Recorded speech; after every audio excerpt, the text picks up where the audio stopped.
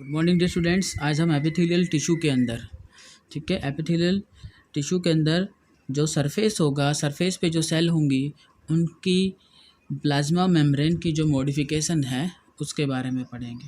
तो functional modification of plasma membrane of free surface. तो epithelial tissue का जो फ्री सरफेस है वहाँ पर सेल की प्लाज्मा मेम्ब्रेन का जो मॉडिफिकेशंस हैं कुछ, उनके बारे में पढ़ेंगे। तो उनमें एक जो मॉडिफिकेशन है वो है माइक्रोविलाई। माइक्रोविलाई छोटी माइन्यूट प्रोसेस होती हैं, ठीक है, जो कि नॉन मोटाइल होती हैं। माइक्रोविलाई क्या है? माइन्यूट प्रोसेसेज, छोटे प्रोसेस हैं, माइन्यूट प्रोसेस हैं और ये नॉन मोटाइल होते हैं, ठीक है। इसके अलावा जो माइक्रोविलाई हैं वो नॉन कॉन्ट्रैक्टाइल भी होती हैं। माइक्रोविलाई और कैसे होते हैं? नॉन कॉन्ट्रैक्टाइल होती है।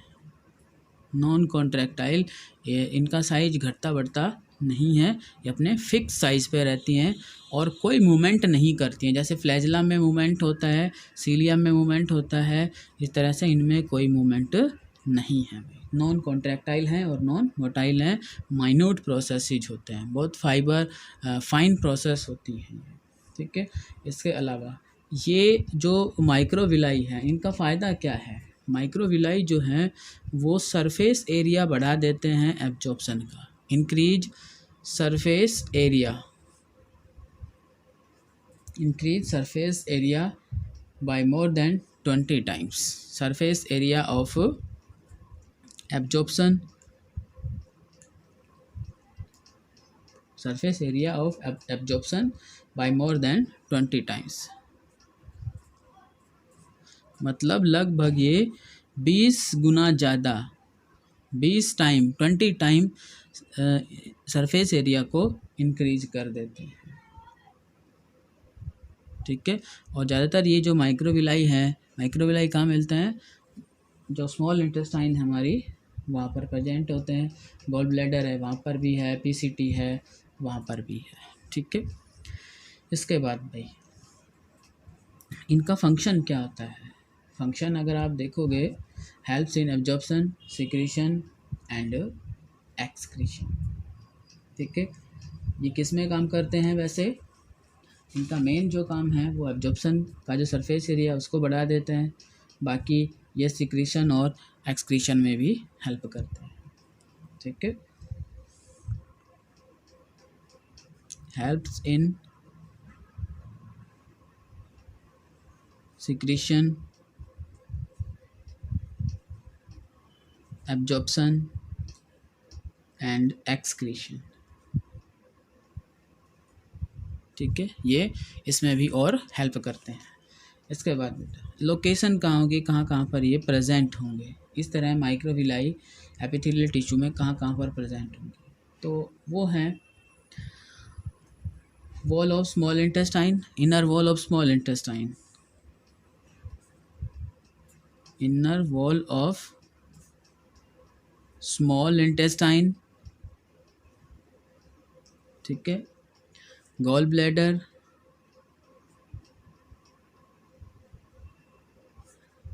प्रॉक्सिमल कन्वोल्यूटेड ट्यूब्यूल्स, ठीक है, एंड प्रॉक्सिमल कन्वोल्यूटेड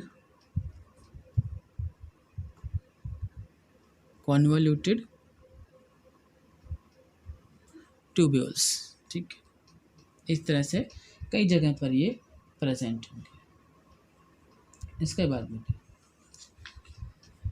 स्ट्रक्चर में आपको इसकी बना के दिखा देता हूँ एक बार कि कैसे ये नज़र आते हैं माइक्रोविलाई। हमें बहुत छोटे माइन्यूट प्रोसेस हैं, ठीक है, और सरफेस एरिया बढ़ाने में इनका मेन रोल होता है एब्जॉर्प्शन का, और या सिक्रीशन का सरफेस एरिया है वो बढ़ा देते हैं, एक्सक्रीशन में भी ये हेल्प करते हैं। इस तरह से सेल होंगे भाई, इस तरह से मान लीजिए कोई सेल हो और ये माइन्यूट प्रोसेस ऐसी होती है, इस तरह से। ये न्यूक्लियस हो सेल का, ये तो ये जो प्रोसेस होंगी इन्हें क्या बोलेंगे हम? माइक्रोविलाई बोलेंगे इनको। ये माइक्रोविलाई होंगे, ठीक है। ये न्यूक्लियस हो जाएगा इधर, ये सेल का न्यूक्लियस होगा और ये होंगी माइक्रोविलाई। इससे सेल का सरफेस एरिया जो है वो बढ़ गया, देखिए आप। ठीक है, पहले एक सिंपल ऐसे सेल होती, लेकिन अब इनके आने से ये एरिया जो है सरफेस एरिया वो काफ़ी बढ़ जाता है। ठीक है, तो ये एक मॉडिफिकेशन थी माइक्रोविलाई। दूसरी एक मॉडिफिकेशन होती है सरफेस पे ही, वो होती है सीलिया, या फिर इसे हम कीनोसीलिया भी बोलते हैं। सीलिया और कीनोसीलिया, ये मॉडिफिकेशन। सीलिया जो होते हैं वो लॉन्ग सिलेंड्रिकल प्रोसेस होती हैं, लंबे होते हैं इनके कंपैरिजन में, सिलेंड्रिकल होते हैं। ठीक है, long cylindrical, long cylindrical process. ठीक, ये सीलिया जो होते हैं वो मोटाइल होते हैं और कॉन्ट्रैक्टाइल होते हैं। सीलिया मोटाइल होते हैं और कॉन्ट्रैक्टाइल होते हैं, मोटाइल एंड कॉन्ट्रैक्टाइल। ठीक है, कैसे होते हैं? मोटाइल होते हैं और कॉन्ट्रैक्टाइल होते हैं सीलिया। इसके अलावा बेटा सीलिया जो है इनका मेन जो काम होता है, फंक्शन जो होता है, मूवमेंट देना पार्टिकल को। ठीक है, या जो म्यूकस है उसको मूवमेंट देना एक स्पेसिफिक डायरेक्शन में। ठीक, help in movement, help in movement of particles और मूवमेंट ऑफ म्यूकस।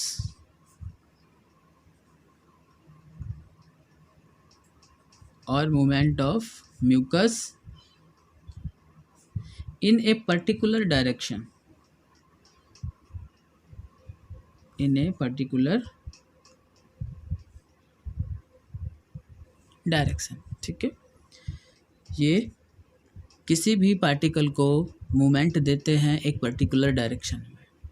ठीक है, सीलिया जैसे हमारा जो ट्रैकिया है, ठीक है, रेस्पिरेटरी ट्रैक्ट है, ट्रैकिया है, वो सीलिएटेड है, सीलिएटेड एपिथेलियम से बना है, जिससे जब सांस के साथ एयर जब हम लेते हैं, सांस जब हम ब्रीदिंग जब हम करते हैं, तो एयर जब अंदर जाती है, डस्ट पार्टिकल्स हैं वो उस रेस्पिरेटरी ट्रैक्ट में जो म्यूकस है उसके ऊपर चिपक जाते हैं। ठीक है, और ये सीलिया बीट करके लगातार उस म्यूकस को वहाँ से रिमूव करता रहता है, नया म्यूकस आता रहता है। तो एक पर्टिकुलर डायरेक्शन हो गई उस म्यूकस को रिमूव करने के लिए, मूवमेंट देने के लिए एक पर्टिकुलर डायरेक्शन है, उसी डायरेक्शन में ये उसे रिमूव करते रहेंगे। ठीक है, अगर ऐसा नहीं होगा तो फिर डस्ट पार्टिकल बहुत ज़्यादा जो हमारी म्यूकस लाइनिंग है रेस्पिरेटरी ट्रैक्ट की, उसमें इकट्ठे हो जाएंगे और धीरे धीरे धीरे फिर सांस लेना बंद हो सकता है उससे। लेकिन ये लगातार सीलिया बीट करके उस म्यूकस को हटाते रहते हैं जिसमें डस्ट पार्टिकल जो है वो चिपक गए हैं। ठीक है, इसके अलावा बेटा ये प्रेजेंट कहाँ पर होते हैं? Mainly present in the inner surface of hollow organ, mainly present in the inner surface of hollow organ, inner surface of hollow organ। hollow organs हैं जो ट्यूबुलर organs हैं, ट्यूब लाइक organs जो हैं उनके इनर सरफेस में ये present होते हैं। जैसे माइक्रोविलाई जो है वो भी इनर सरफेस पे प्रेजेंट होती है। लोकेशन कहाँ होगी इनकी? सीलिएटेड एपिथेलियम कहाँ पर प्रेजेंट होंगे, कहाँ पर प्रेजेंट होगा सीलिया? तो एग्जाम्पल जब हम देखें तो found in fallopian tube, uterus, ठीक है, ट्रैकिया, ब्रोंकियोल्स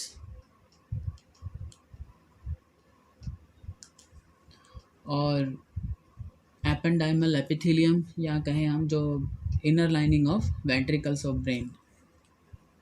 ठीक है, इनर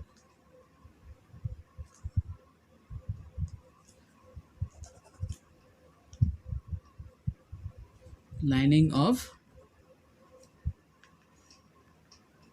वेंट्रिकल्स ऑफ ब्रेन। ठीक है, ब्रेन के अंदर वेंट्रिकल्स हैं, वहाँ पर प्रेजेंट होता है ये, और सेंट्रल कैनाल जो है स्पाइनल कॉर्ड की, वहाँ पर भी प्रेजेंट होता है। And spinal central canal of spinal cord and central canal of spinal cord.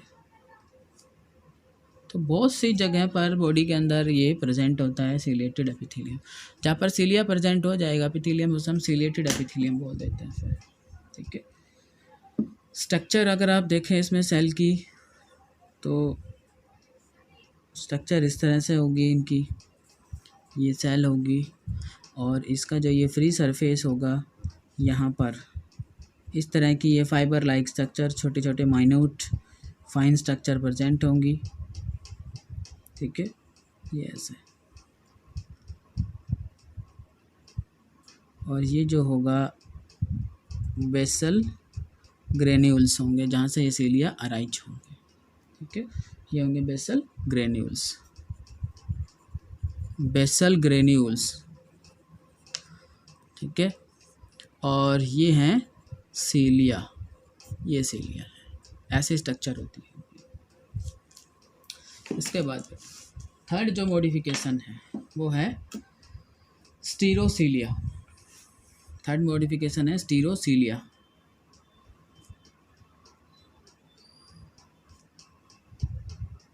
ठीक है, स्टीरियोसीलिया। स्टीरियोसीलिया जो होते हैं वो लॉन्ग होते हैं, लॉन्ग प्रोसेस। ठीक है, लेकिन नॉन मोटाइल होते हैं। Long process, these are non motile. ठीक है, लॉन्ग प्रोसेस हैं, नॉन मोटाइल हैं, नॉन कॉन्ट्रैक्टाइल हैं। Non motile and non contractile. बड़े तो हैं, लंबे तो प्रोसेस हैं, लेकिन माइक्रोविलाई की तरह मोटाइल और कॉन्ट्रैक्टाइल नहीं होते हैं। लॉन्ग प्रोसेस हैं, नॉन मोटाइल हैं, नॉन कॉन्ट्रैक्टाइल। ठीक है, इसके अलावा इनमें जो प्लाज्मा मेम्ब्रेन है इनकी स्टीरोसीलिया की, वो काफ़ी थिक और रिजिड होती है। It's plasma membrane, plasma membrane is thick and rigid. Thick होते हैं इनकी, स्टीरोसीलिया की जो प्लाज्मा मेम्ब्रेन है वो थिक होती है और रिजिड होती है। ये भी सरफेस एरिया को बढ़ा देती है। ठीक है, ये भी क्या करते हैं, सरफेस एरिया बढ़ा देते हैं, इंक्रीज सरफेस एरिया। माइक्रोविलाई की तरह ही इनकी ये भी सरफेस एरिया बढ़ा देते हैं। कहाँ पर मिलेंगे ये, फाउंड इन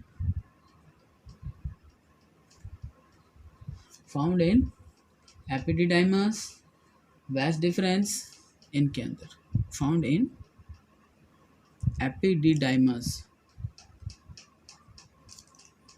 वास डिफरेंस।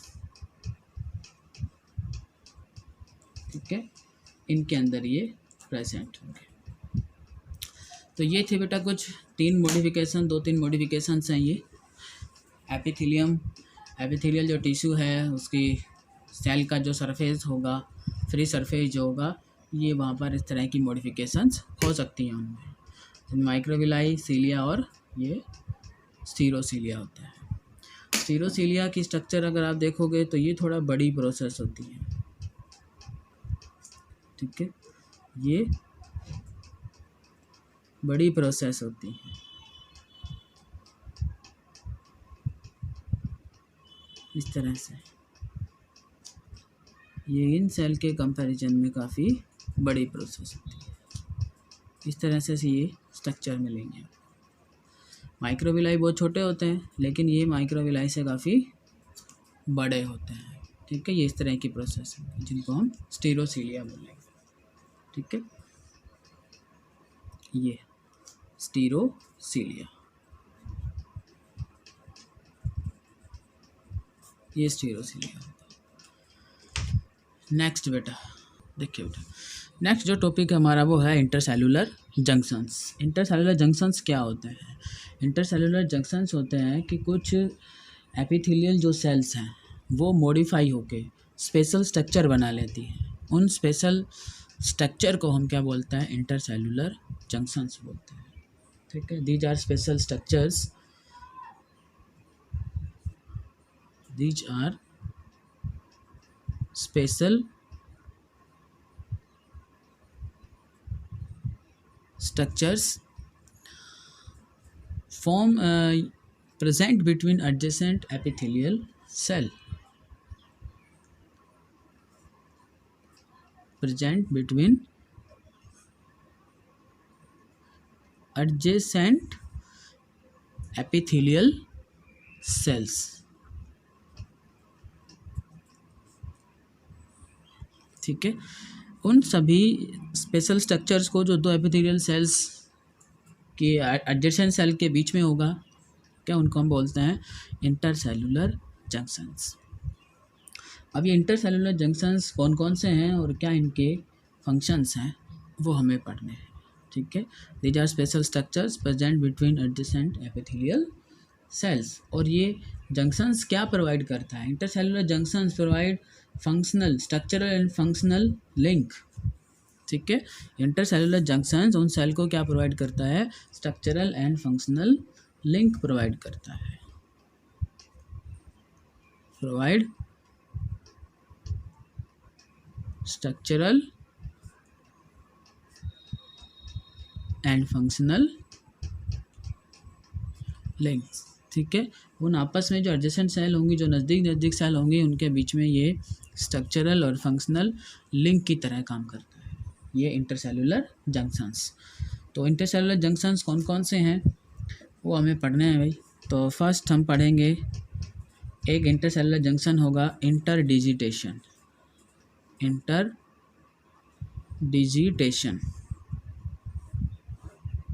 इंटरडिजिटेशन, इंटरडिजिटेशन क्या होता है? देखिए, इंटरडिजिटेशन जो है एक फिंगर लाइक प्रोसेस है प्लाज्मा मेम्ब्रेन की, और इसमें जो आपस में जो एडजेसेंट सेल्स हैं उनके ये फिंगर लाइक प्रोसेस जो है वो साइटोप्लाज्म के अंदर तक एंटर कर जाते हैं। तो उस जो स्ट्रक्चर बनेगी वहाँ पर दोनों finger like process, plasma membrane, adjacent cell की जो प्लाज्मा मेम्ब्रेन की फिंगर लाइक प्रोसेस होंगी, उनके एक दूसरे के साइटोप्लाज्म तक एंटर करने की जो स्ट्रक्चर बनेगी उसको हम क्या बोलते हैं? इंटरडिजिटेशन बोलते हैं। ठीक है, इंटरडिजिटेशन बेटा ऐसे, जैसे ये मान लीजिए एक सेल हो, ठीक है, और इस सेल की ये फिंगर लाइक प्रोसेस हो, ये इस सेल की फिंगर लाइक प्रोसेस हो। ठीक है, और इसके साथ साथ में जो दूसरी सेल्स होती हैं, जो दूसरे सेल नज़दीक होंगे, उनकी भी फिंगर लाइक प्रोसेस ऐसे, ठीक है, ऐसे इन सेल के अंदर तक साइटोप्लाज्म तक ऐसे एंटर कर जाएं। ठीक है, अंदर तक ऐसे एंटर कर जाएं, उसको हम बोल देते हैं इंटरडिजिटेशन। उसको क्या बोल देंगे हम? इंटरडिजिटेशन बोल देंगे भाई, समझे आप? ये एक दूसरे की फिंगर लाइक, जैसे हम हमारे फिंगर्स को एक दूसरे में उलझा लें, ठीक है, डाल दें, उसी को हम बोलते हैं इंटरडिजिटेशन बोलते हैं। जैसे बेटा ये मेरी फिंगर्स हैं और मैं अपनी दूसरी फिंगर्स को इस तरह से डाल देता हूँ, तो ये जो स्ट्रक्चर बनेगी यहाँ पर, ये क्या होगा? इंटरडिजिटेशन होगा। ठीक है, तो ऐसे ही ये क्या बन गया? ये जो स्ट्रक्चर बनी है इसको क्या बोलते हैं हम? इंटरडिजिटेशन बोलते हैं। ये होता है इंटरडिजिटेशन। ठीक है, तो लिखेंगे कैसे हमको इसको? कैसे लिखेंगे? लिखेंगे finger like process is processes of plasma membrane, finger like processes of plasma membrane which enters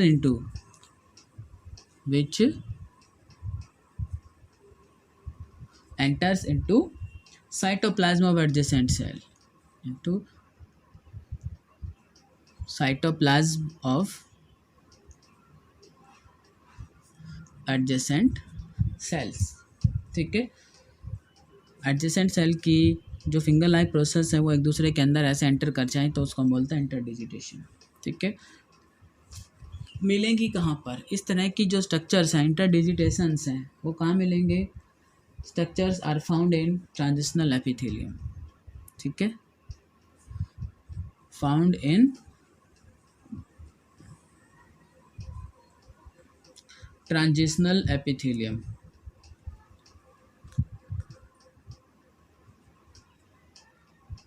ठीक है, ट्रांजिशनल एपिथेलियम में मिलेंगे। इसके अलावा भाई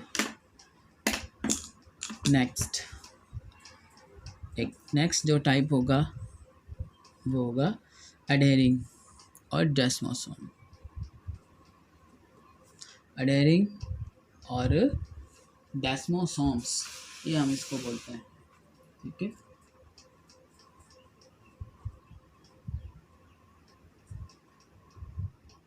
एडहेरिंग और डेस्मोसोम्स। इसमें ये क्या कंसिस्ट करता है? ये डेस्मोसोम्स या एडहेरिंग, जो एडहेरिंग में ही टाइप होता है डेस्मोसोम, ये क्या कंसिस्ट करता है? Consist of disc like protein. एक डिस्क लाइक प्रोटीन होगी, उसके साथ में disc like protein plate with intermediate fibres. ठीक है, disc like protein plate with intermediate fibres होते हैं इसमें, विद इंटरमीडिएट फाइबर्स।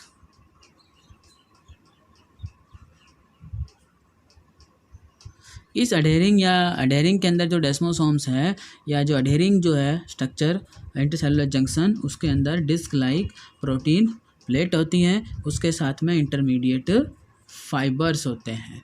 और इन इंटरमीडिएट फाइबर्स को क्या बोला जाता है? इनको टोनोफिब्रिल बोला जाता है, नॉन एज टोनोफिब्रिल्स, उनको हम टोनोफिब्रिल बोलते हैं। और ये फिलामेंट जो होते हैं वो साइटोप्लाज्म में डीपली सिचुएटेड होते हैं। Filaments are deeply situated. ये जो फाइबर्स हैं, ठीक है, फिलामेंट्स हैं, ये साइटोप्लाज्म में एक दूसरे के साइटोप्लाज्म में डीपली सिचुएटेड होंगे। ठीक है, are deeply situated in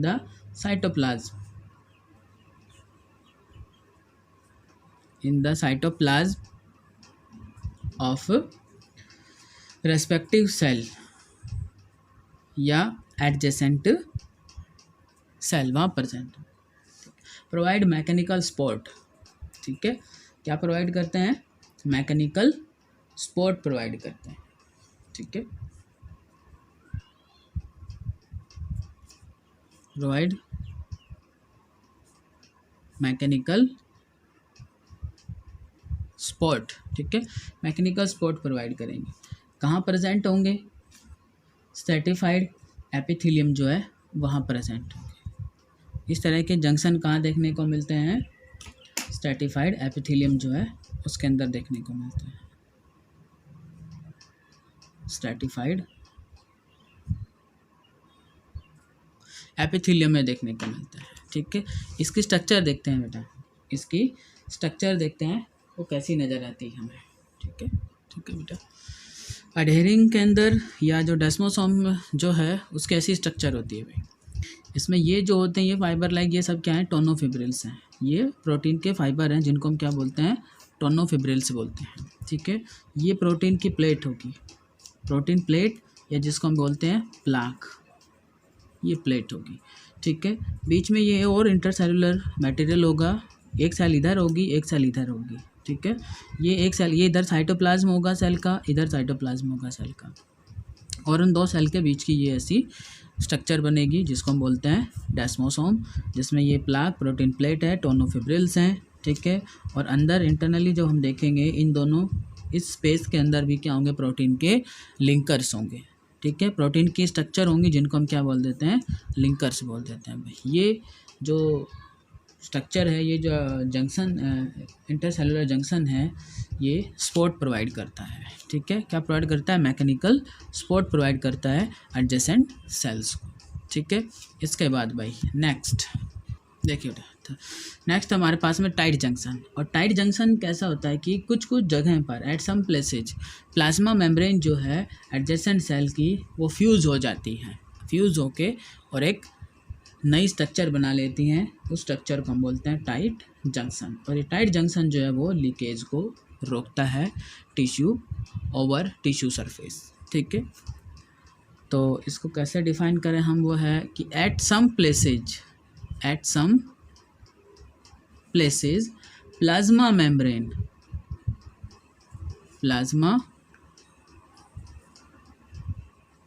membrane of adjacent cell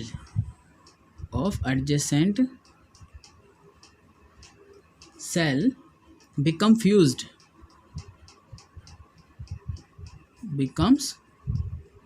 fused to form tight junction,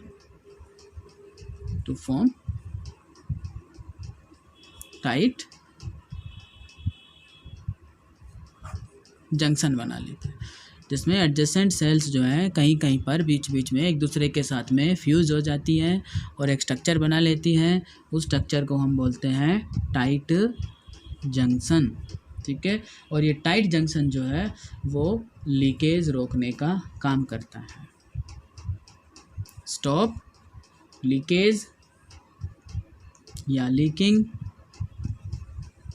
of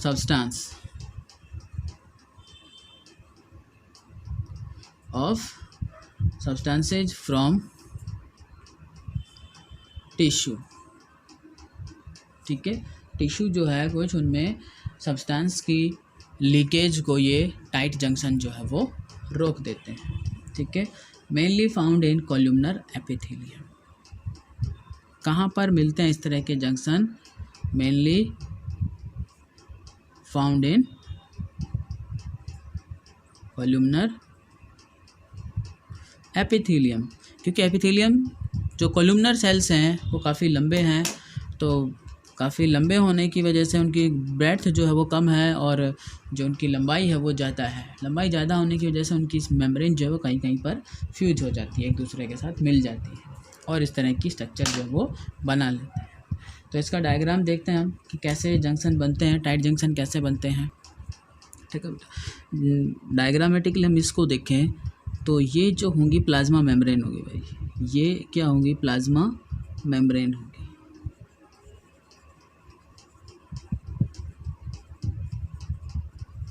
और ये प्लाज्मा मेम्ब्रेन जो है देखिए जगह जगह पर क्या हो गए हैं, फ्यूज़ हो गए एक दूसरे के साथ में।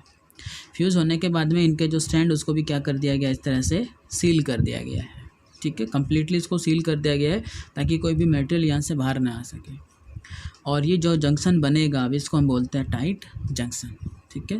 बिल्कुल फिक्स है, जैसे किसी चीज़ को वेल्ड कर दिया हो, जैसे हम किसी चीज़ को वेल्ड कर देते हैं, जोड़ देते हैं वेल्ड करके, उसी तरह से ये क्या हो जाता है, टाइट जंक्शन बन जाते हैं, वेल्डिंग हो जाती है एक तरह से इनकी, ठीक है, इस टाइट जंक्शन में। और ये जो स्पेस बचेगा सेल मेम्ब्रेन, दोनों एडजेसेंट सेल मेम्ब्रेन के बीच में ये जो गैप बचेगा उसे हम बोलते हैं इंटरसेलुलर स्पेस बोल देते हैं उसको। और ये क्या है, प्लाज्मा मेम्ब्रेन है। ये इधर एक सेल का साइटोप्लाज्म होगा, ये दूसरी सेल का साइटोप्लाज्म होगा उधर एडजेसेंट सेल, ठीक है। तो ये स्ट्रक्चर किसकी हो गई, ये है टाइट जंक्शंस की स्ट्रक्चर है, ये ऐसे देखने को मिलते हैं, ठीक।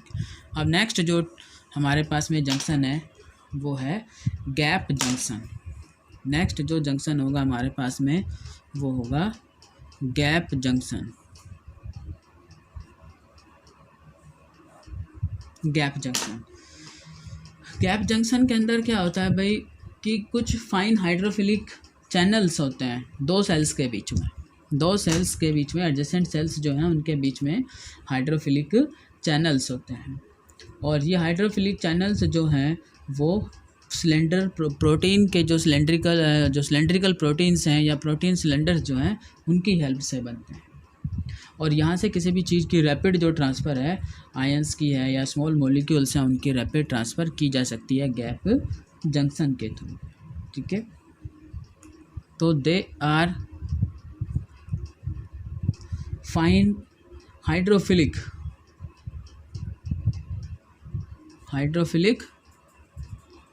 चैनल्स, मतलब यहाँ से वाटर जो है वो भी क्रॉस हो सकता है आसानी से इन गैप जंक्शंस के थ्रू में between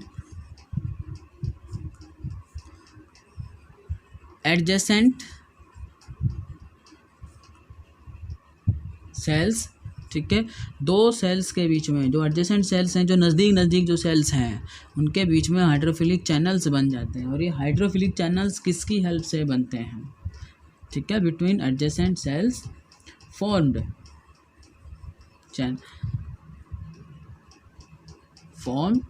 with the help of protein cylinder, with the help of protein cylinders। ठीक है, प्रोटीन की हेल्प से कुछ प्रोटीन सिलेंडर जो हैं उनकी हेल्प से एडजेसेंट सेल्स के बीच में हाइड्रोफिलिक चैनल्स क्रिएट हो जाते हैं। उन हाइड्रोफिलिक चैनल्स को हम बोलते हैं गैप जंक्शन। और इस इन गैप जंक्शंस के थ्रू जो कोई भी चीज़ जो है वो रैपिडली ट्रांसफ़र हो सकती है। Helps in rapid transfer. ठीक है, rapid transfer of ions, small molecules. कोई भी जो स्मॉल मॉलिक्यूल्स हैं वो भी आसानी से क्रॉस कर सकते हैं इन गैप जंक्शंस को, इन हाइड्रोफिलिक जो चैनल्स हैं इनको। और कभी कभी जो बड़े मॉलिक्यूल्स हैं वो भी ट्रांसफ़र हो जाते हैं। एंड सम टाइम बिग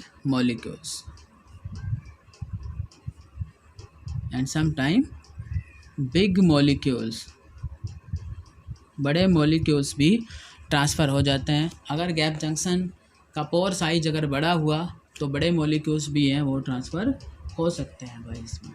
ठीक है, और मोस्टली सेल्स के बहुत सारे जो एपिथेलियल टिश्यू हैं उनके बीच में इस तरह के जंक्शन मिलते हैं। ठीक है, इनकी स्ट्रक्चर कैसी होगी वो देखते हैं। तो ये स्ट्रक्चर है बेटा गैप जंक्शन की। ठीक है, ये एडजेसेंट सेल्स होंगी, ये इधर सेल होंगी, इधर सेल होंगी। ठीक है, इन सेल्स के बीच में ये जो जंक्शन बनता है, ठीक है, ये क्या होता है? गैप जंक्शन होता है। ये प्रोटीन चैनल्स होते हैं यहाँ पर, ये क्या होते हैं? इधर प्रोटीन चैनल्स होते हैं। और ये प्रोटीन चैनल्स के थ्रू मटेरियल जो है इधर से इधर ट्रांसफ़र हो सकता है। ये सब क्या होगा यहाँ पर? इंटरसेलुलर ये प्रोटीन के चैनल्स होंगे, सिलेंड्रिकल प्रोटीन चैनल्स होंगे जिनके थ्रू ये मटेरियल जो है वो ट्रांसपोर्ट हो सकता है। प्रोटीन के चैनल्स होंगे इधर, जैसे ये पोर दिख रहा है तो इधर से इधर मटेरियल जो है वो यहाँ से यहाँ तक जा सकता है। इधर गैप प्रेजेंट होगा दोनों के बीच में, और ये गैप कौन बनाएगा? प्रोटीन जो है वो बनाएगी। प्रोटीन के सिलेंडर यहाँ होते हैं, इधर से मटेरियल इधर आसानी से जा सकता है, क्रॉस कर सकता है। ये इंटरसेलुलर स्पेस होगा, इधर से सेल्स होंगी, ये सेल होंगी और इधर सेल होगी। ठीक है, और ये जो बनता है वो क्या बनता है? गैप जंक्शन बनता है, गैप बन जाता है यहाँ से। ठीक है, ये है गैप जंक्शन का डायग्राम, गैप जंक्शन। तो ये कुछ इंपॉर्टेंट जंक्शंस थे बेटा, इंटरसेलुलर जंक्शंस थे। ये आपको पता होना चाहिए कहाँ पर प्रेजेंट होते हैं, क्या इनका रोल होता है। ये रैपिड ट्रांसफ़र में काम करता है, गैप जंक्शन रैपिड ट्रांसफ़र में काम करता है। और सेल जो है यहाँ पर इन चैनल्स के थ्रू, इन प्रोटीन चैनल्स को होल्ड भी रहते हैं, एक दूसरे के साथ रहते हैं और चैनल की तरह काम करते हैं ये गैप जंक्शन। ठीक है भाई, तो ये कुछ जंक्शंस थे, ये आपको पढ़ने हैं, लिखने हैं नोटबुक में। और नेक्स्ट टाइम हम लेक्चर के अंदर आगे का जो पार्ट होगा एपिथेलियल टिश्यू, स्क्वैमस एपिथेलियम जो है उसके बारे में पढ़ेंगे। थैंक